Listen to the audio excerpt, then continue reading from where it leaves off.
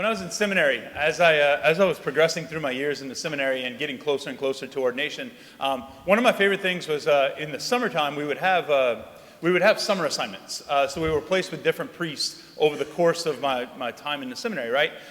Became pretty good friends with some of them. When I would come home for breaks and stuff, I would stay. A lot of times I'd go stay with them, just because at a certain point, like, you're not living with mom and dad anymore. You start living in rectory. You start kind of getting used to like what it is like and what's the feel and kind of what's the schedule in a rectory, and just kind of, you just start to embrace the life a little bit more and a little bit more. One of my dearest friends throughout the course of my time in seminary was Father Josh Rodrigue. He's the head of Notre Dame Seminary now. Good guy from Thibodaux, right? Graduated from E.D. White. Much older than me. But anyway, but he's just he was always just a good friend, right? Typically, what would happen is I'd go visit with him, and then he would like kind of say, hey, after mass or something, we might go grab a bite to eat, something like that. Then he would come in and he would look at us and be like, I mean, we probably should have like a little bit of like spiritual direction. So that meant that we would have like a little drink, we'd sit down, and we'd just enjoy ourselves, right? Good conversation, good talk. But I remember like a lot of times in those visits and in those things, we called it pastoral formation, because a lot of times it was just kind of like he would kind of impose a little bit of wisdom, right? There was one day in particular, I remember something he had told me. He said, whenever we, as priests, we make promises of celibacy, we make promises of obedience to the bishop, we make promises of all these different things that you see a priest do, right? Like that you're going to exercise the sacraments, pray for the people with the breviary, like all these kind of things. And I remember at one point he was sitting there and he said to me, he says, a lot of people think that some of these things are harder than others. He said, but I'm just letting you know, the hardest one is obedience. And I said, really? And he said, yeah, I'd be willing to bet, and if you ask a lot of priests, and when I've said this to other priests, they all kind of agreed, and now even I look at it and I'm like, the hardest one a lot of times is obedience. The celibacy thing, right? Like we know we're not getting married, like we live a life that's chaste, right? And then the prayer, like you're exercising ministry and you're doing these things, you pray the breviary for the sake of the people and for the wider church, all these kind of things. But obedience is oftentimes one that hurts the most, or it's the hardest, and a lot of times because it rubs up against what we really want to do. When I was first assigned in a parish, my first year as associate pastor, I walk in, and I remember Bishop Fobb telling us, he said, like, you listen to your pastor. That's your job. And I was like, that's going to be easy. Me and Father Greg, we get along, right? Father Greg Fratt was my first pastor. And I'm like, I'm going to walk into the parish, and me and him, like, we got the same mind. Like, we work the same way. This is great. After about 2 weeks in the parish, I remember just thinking, like, oh, I feel it. Like, I feel the rub. Because there were things, right, like that I, as a newly ordained priest, full of excitement and full of like energy and all these kind of things, I was coming in and I'm like, I'm gonna save the world. Like, this is gonna be great. I'm gonna preach, and people are gonna come be converted to Jesus, and I'm gonna hear confessions, and they're never gonna sin again, and all these things. Yeah, lying. But like, I just remember, like, I had all these kind of grandiose ideas of what was gonna happen when I got ordained a priest and I was finally in a parish. I mean, as a seminarian, you're in the school and you're doing all these things, and you're just kind of counting down the days, right? I've been here 6.5 years, 6 and 3 quarters. Like, get me out of this thing, right? Like, I just want to go and do the ministry stuff. And when you finally do, it's like, yes, and it's exciting. And I remember I went to Father Greg one day, and I was like, Father Greg, I got an idea. We're going to do blah, blah, blah, blah, blah. And I came up with like this really, really big old idea and all this kind of stuff. And he looks at me and he says, I'd rather you not. But it's a good idea. And he's like, but I'd rather you not. And I just remember walking away, yeah, rather not, you don't even know. Again, like, just like there's the rub, right? The obedience rub. 3 years later, the funniest part was, Father Rusty Bruce was assigned to me as an associate, and I remember like 3 weeks into him being with me, everything was going great. He comes in, he's like, I got this great idea, da-da-da-da-da, and I looked at him and I said, I'd rather you not. And I'm watching him walk away saying, and I'm like, I know exactly what you're saying under your breath. It don't even matter. It don't even hurt my feelings, right? Because I know the feeling.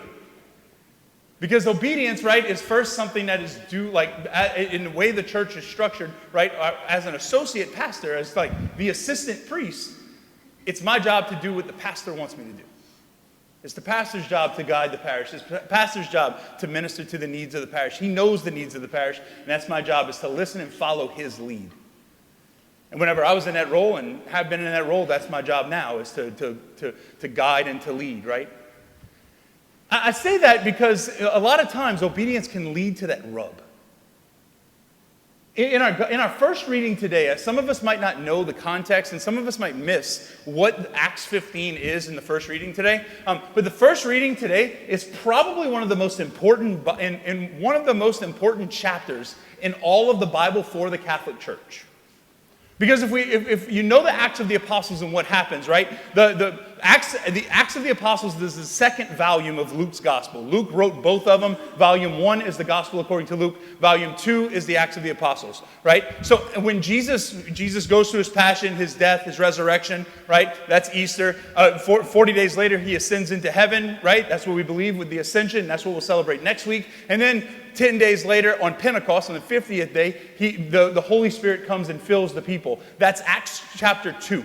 After Acts chapter 2, what happens is that for the next 10 chapters or so, we hear about the spreading of the gospel in the early church, particularly around Peter, right? Peter is in Jerusalem. They've been filled with the Holy Spirit. They go out and boldly start proclaiming the faith. 5,000 people here, a few thousand people here. Converts are coming to the Christian church, right? They're not yet known as Christians, but converts are being made all around, right? They ordain deacons. They do all these kind of powerful things. Somebody dies on behalf of the faith. That's St. Stephen, right? And then what happens is that there's a shift at one point in the Acts of the Apostles, and we start following St. Paul. We hear about Paul's conversion, right? We hear that he goes from Saul the murderer to Paul the apostle. And then he starts going out and he's preaching the gospel. But his preaching of the gospel, it's not being accepted by the Jewish people. It's not being accepted by the Jews. What happens is he starts to go outside of the Jewish people. And we heard about that last week a little bit, where he was kind of making his way around the Mediterranean Sea. And as he's coming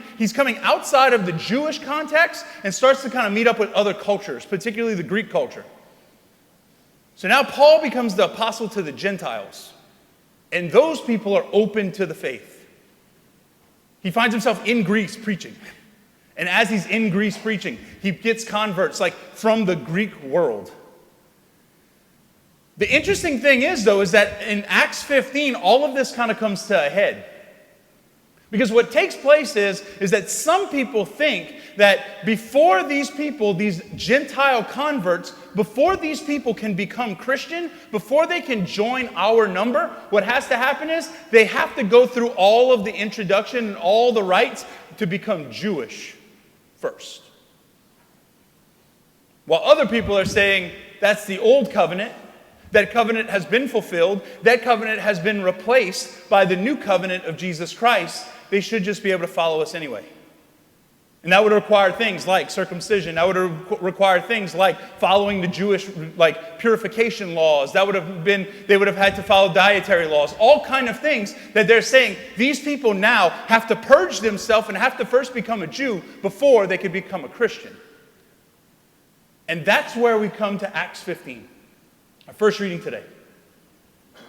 Because what happens in Acts 15 is that the apostles hear that there is a disagreement, a legitimate disagreement, but a disagreement nevertheless. And they say, okay, we're going to come together and we are going to discuss these things on their merits.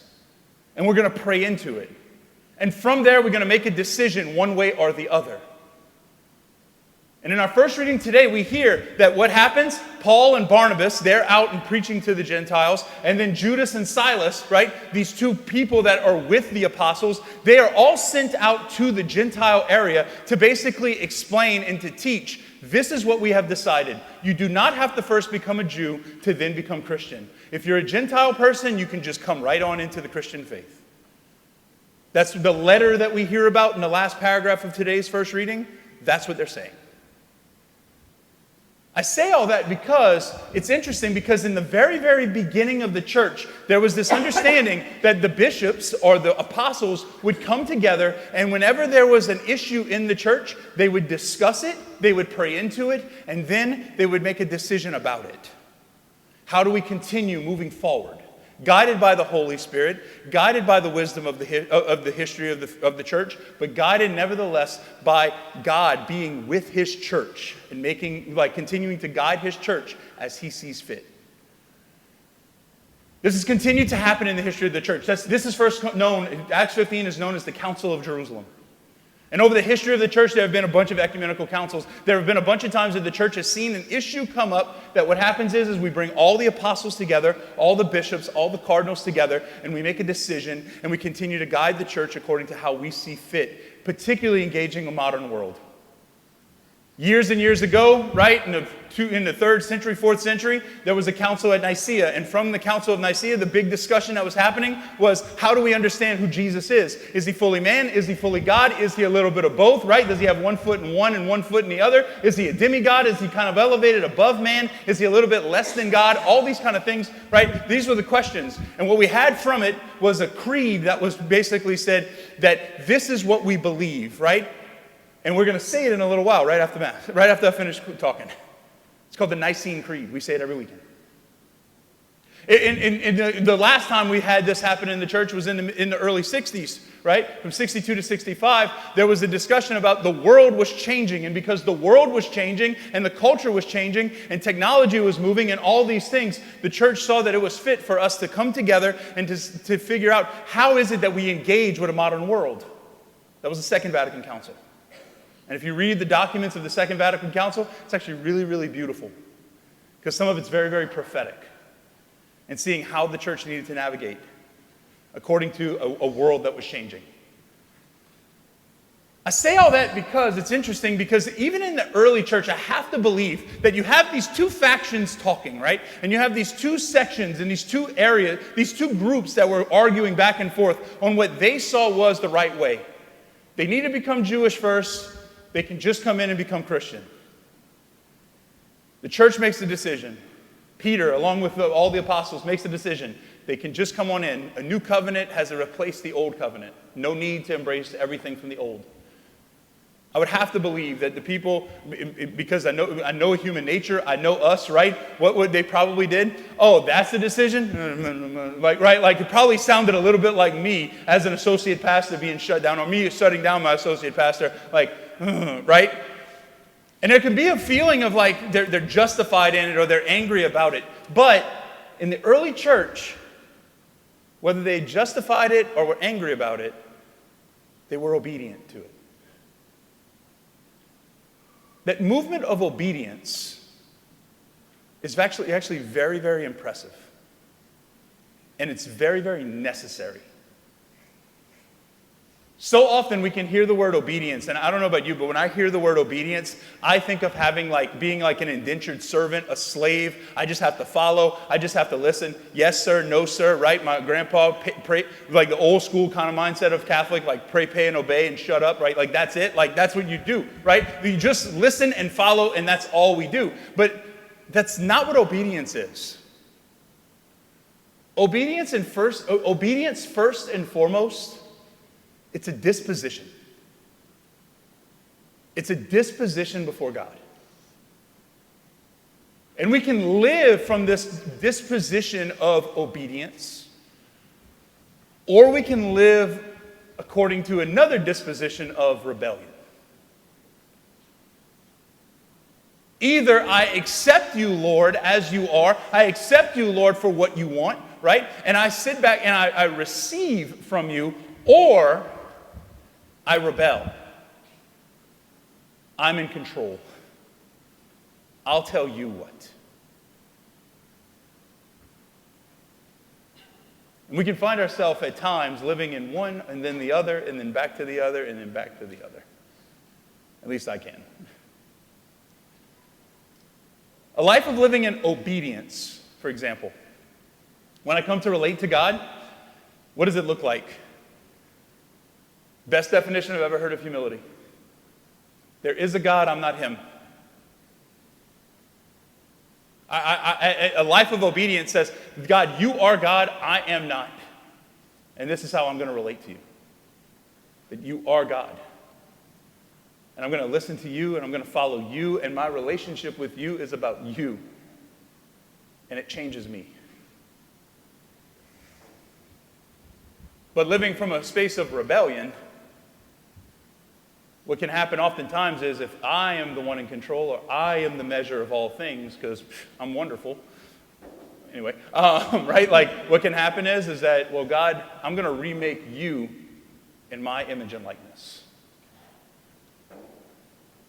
We're not made in the image and likeness of him, but I'm going to make you in my image and likeness. So, like, all the things that I think, you must think that too. All the ways that I want to live, you must want me to live that way too. All the ways I justify sin, well, you want me to work that way too.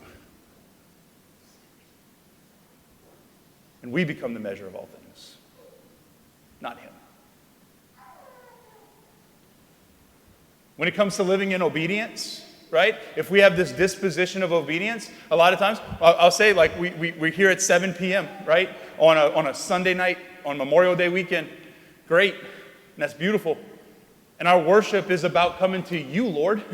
Like me as a priest, like my job, like my role in this is to basically be a bridge so that all of us come to God, and it's about God, and God, it's your time, and we're here to worship you.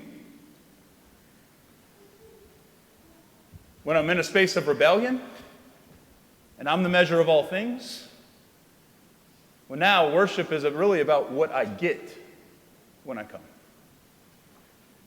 What I feel. Is the priest going to talk too long? Can I get to dinner, right? I'm going to talk too long, always do. I'm just as bad as everybody else, or a lot of people are, like, I justified at least, that I'm terrible when it comes to, like, just getting lost on reels on Instagram or on Facebook. The other day I saw one that popped up, and it was a priest that was talking. He was on a podcast, and he said, it's interesting, if you look at apostolic faith, so you look at, like, the traditional faith of our like, if you look at the Judaism and especially early Christianity, what you see is that for the first 1,500 years, especially of Christianity, what's at the center of our worship? An altar. What do we do on an altar? We offer sacrifice. That an altar is meant to bring communion with God, where we're in communion with God, he's in communion with us. The altar points to God. If you look at Protestant churches, non-denominational churches, what you often have at the center, it's a stage. What happens on a stage? I'm entertained, I'm fed, I receive from. What's the point of my worship? Is it about God, or is it about me? The third thing, and the third example I think that really fits into this is, if we're living in a life of obedience, right? Particularly when it comes to our discernment, what's the next step in my life? What's the next place, God, that you want me to go, right? Before I even start asking the question, if I'm living in this disposition of obedience, the first thing that comes out of my mouth is yes. Because, God, I trust you, and I know whatever your will is, that's what I want to do. Because what's going to fulfill me? Your will. What's going to bring me what's going to bear the most fruit in my life? Your will. Are you good? Yes, I want to follow your will. Before we even start the discussion, the answer is yes. Whereas if I'm living in a space of rebellion, this disposition of rebellion, I'm going to figure out what I want. And then, God, I'm going to come to you and I'm going to say, just bless this. Thank you. I'll come back when I need something else, or when plans need to change. But until then, again, we'll bless those later, but I'll really just be in control. The goal of the Christian is to live in a disposition of obedience. And the main reason why is because it's fulfilling, it's fruitful, and it's free. The pressure's not on us, it's on God.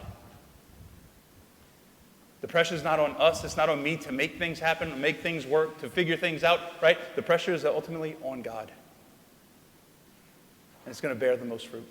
I think it's a good question for all of us to ask as we continue in this Easter season, as we come to Mass tonight. In what places in my life, God, have I given you complete control? Have I been open? Am I obedient to your plan, to your will? And what place am I holding on to control, grasping at attention, or just trying to be rebellious? Tonight as we come to Mass, may the places that we're holding on, we let go. The places that we're maybe not so sure about being open to him, that we allow the Lord to meet us, to trust him.